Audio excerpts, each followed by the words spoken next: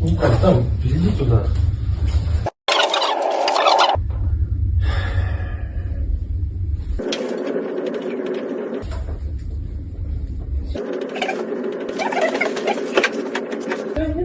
Есть.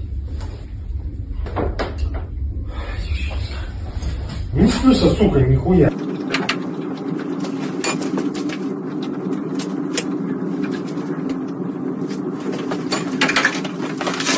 Мигрирующая боль мне. Ты когда под ней лежишь, не говоришь, моя малышка любимая. Как по трассе, когда ее хвалишь. Блин, ну гремит как ветро просто, когда едешь. Вот так делает. А тут просто...